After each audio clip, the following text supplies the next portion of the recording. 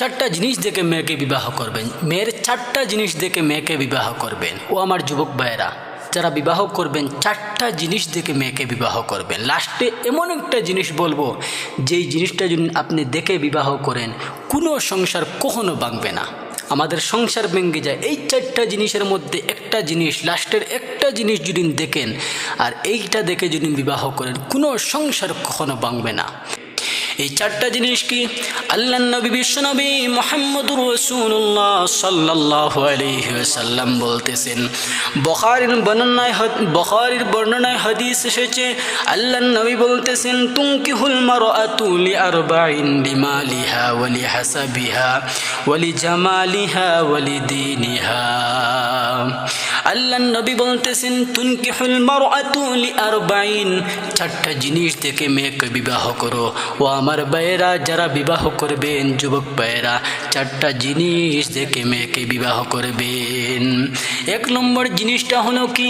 এক নম্বর জিনিসটা হলো লিমালিহা, এক নম্বর জিনিসটা হলো ধন সম্পদ দেখে বিবাহ করবেন। তাই বলে কি মেয়ের অটাল ধন সম্পদ হবে? না না, মেয়ের অটাল ধন সম্পদ হওয়া লাগবে না। মেয়ের ধন সম্পদ এইটুকু হতে হবে যেইটুকু তোমার ধন সম্পদের সমান। যদি মেয়েকে দেখে বিবাহ করো, তাহলে ওই সংসার আল্লাহর নবী বলতেছেন কখনো ভাঙবে না। তোমার ধন সম্পদ যেটুকু আছে সেইটুকুর সমান যদি একটা মেয়েকে বিবাহ করো, তাহলে তোমার সংসার ভাঙবে না। আর তোমার ধন সম্পদ থেকে যদি বেশি একটা মেয়েকে বিবাহ করো, ধন সম্পদ আলা, তাহলে তো বিবাহ ভাঙবেই। তাই তোমার ধন সম্পদ যেই রকম আছে সেই রকম একটা মেয়েকে তুমি বিবাহ করো। দুই নম্বরে আল্লাহর নবী বলতেছেন ওয়ালি হাসাবিহা, দুই নম্বরে হলো বংশ পরিচয় দেখে মেয়েকে বিবাহ করো। ও আমার ভাইরা, ও বাবাজিরা গো, তোমার বংশের সমান আরেক বংশের মেয়েকে বিবাহ করো। কারণ তোমার বংশ থেকে উচ্চ পর্যায়ে একটা মেয়েকে যদি বিবাহ করো, তাহলে ওই মেয়ে সব সময় খুঁটা দিবে, বলেন আমি অমুক বংশের মেয়ে, অমুক বংশের মেয়ে। তাই আল্লাহর নবী বলতেছেন, তোমার বংশের মতো আরেকটা বংশের মেয়েকে তুমি বিবাহ করো, তাইলে আর সংসার ভাঙবে না। বংশ যে সময় সমান হবে আর সংসার ভাঙবে না। তিন নম্বরে আল্লাহর নবী বলতেছেন ওয়ালি জামালিহা, তিন নম্বরে আমরা যেটা শুনবো সেটা শুনে খুব খুশি হব আমার ভাইয়েরা। তিন নম্বরে হলো সৌন্দর্য দেখে মেয়েকে বিবাহ করো। সৌন্দর্য দেখে মেয়েকে বিবাহ করো। তুমি মেয়েকে প্রথম সৌন্দর্য দেখে যদি তুমি বিবাহ করো, তাইলে পরে আর সংসার ভাঙবে না। এর কারণে আল্লাহর নবী বলতেছেন, মেয়ের সৌন্দর্য দেখো, তোমার যদি পছন্দ হয় সেই মেয়েকে বিবাহ করো, আর যদি পছন্দ না হয় তাইলে সেই মেয়েকে তুমি বিবাহ করো না।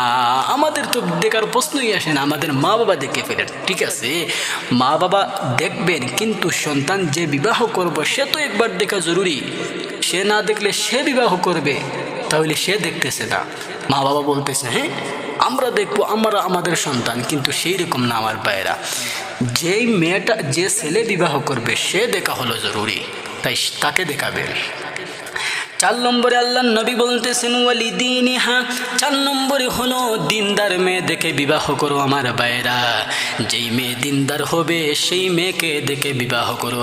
যে আল্লাহর হুকুম মানছে কি মানছে না, সে আল্লাহর হুকুম পালন করছে কি পালন করছে না, সেই মেয়ে দেখে তুমি বিবাহ করো। চারটা জিনিস।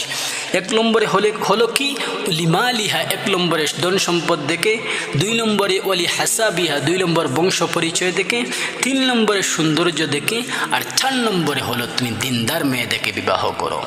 এরপরে আল্লাহর নবী বলতেছেন এই চার নম্বর, এই যে 4 নম্বর পর্যন্ত আমি আপনাদের সম্মুখে আলোচনা করলাম, এই 4 নম্বরের মধ্যে থেকে আল্লাহর নবী বলতেছেন ফাজফারে বিজাতিদ্দিন তারিবাত ইয়াদাক।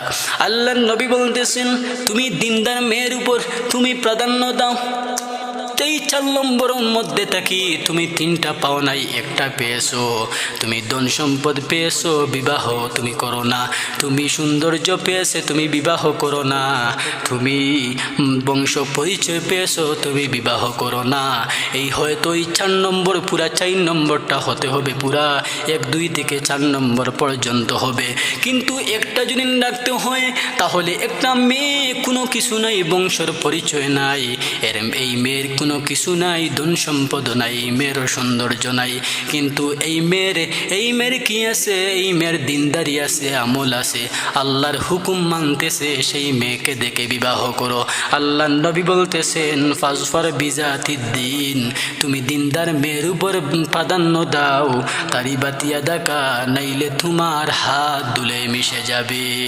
দিনদার মেয়ের উপর প্রাধান্য দাও, দিনদার মেয়ের উপর যদি প্রাধান্য দাও তাহলে এই দিনদার মেয়ে থেকে তুমি যদি বিবাহ করো তাহলে তোমার সংসার জীবন সুখের হয়ে যাবে।